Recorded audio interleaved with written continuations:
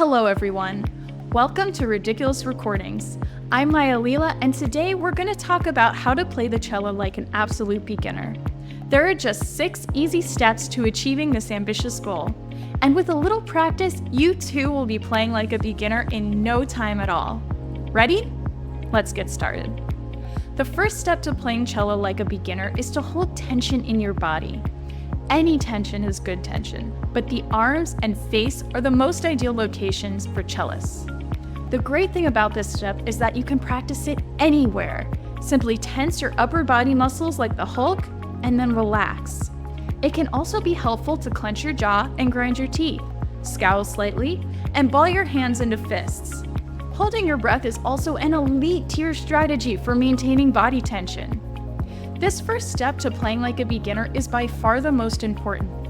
If you take nothing else away from this video, remember, hold tension in your body, especially your shoulders, elbows, face, and jaw. Step 2 to playing cello like a beginner is to apply too much rosin to your bow. This step is crucially important as it will cause the bow to stick to the strings too much. Your bow will skip or emit a crunching sound rather than pulling smoothly across the strings, guaranteeing an abrasive listening experience. 3. Ensure you hold the bow improperly. Not only will this have the bonus side effect of driving your teacher crazy, but it also ensures that you will become increasingly uncomfortable as you play, contributing to the body tension we mentioned in step 1. Holding the bow improperly will also contribute to decreasing the quality of sound coming from your instrument. Some teachers will try to teach you tricks to improve your hand positioning, like giving your fingers a seatbelt or treating your hand like a munching bunny.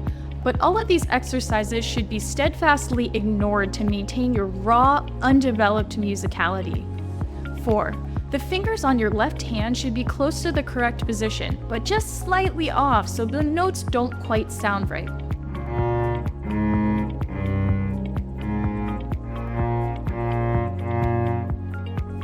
There's a sweet spot here. If you place your fingers too far off, people simply won't believe that you play the cello at all. But the magic begins when they can just barely start to recognize the melody you're playing. This both instills the belief that you actually do practice this beautiful instrument, while also solidifying their belief that you are still terrible in terms of technique. 5. Keep the tonal quality of your playing poor. You can make sure the quality of sound coming from your cello is poor in a number of ways. There are 2 popular techniques to achieve this. 1. Angling the bow diagonally across the strings while you play, or 2. Pulling or pushing the bow vertically as you pull it across the strings. You can also twist the bow up towards your face so that not all of it makes contact with the strings. These techniques will contribute a tinny, squeaky, crunchy, or shrill effect to your notes that will be simply unforgettable. 6. When reading your sheet music, it's best to struggle with or improperly execute note timing. Remember in step 4 how we got close but not quite right for hand placement and pitch? This same strategy is also useful for timing.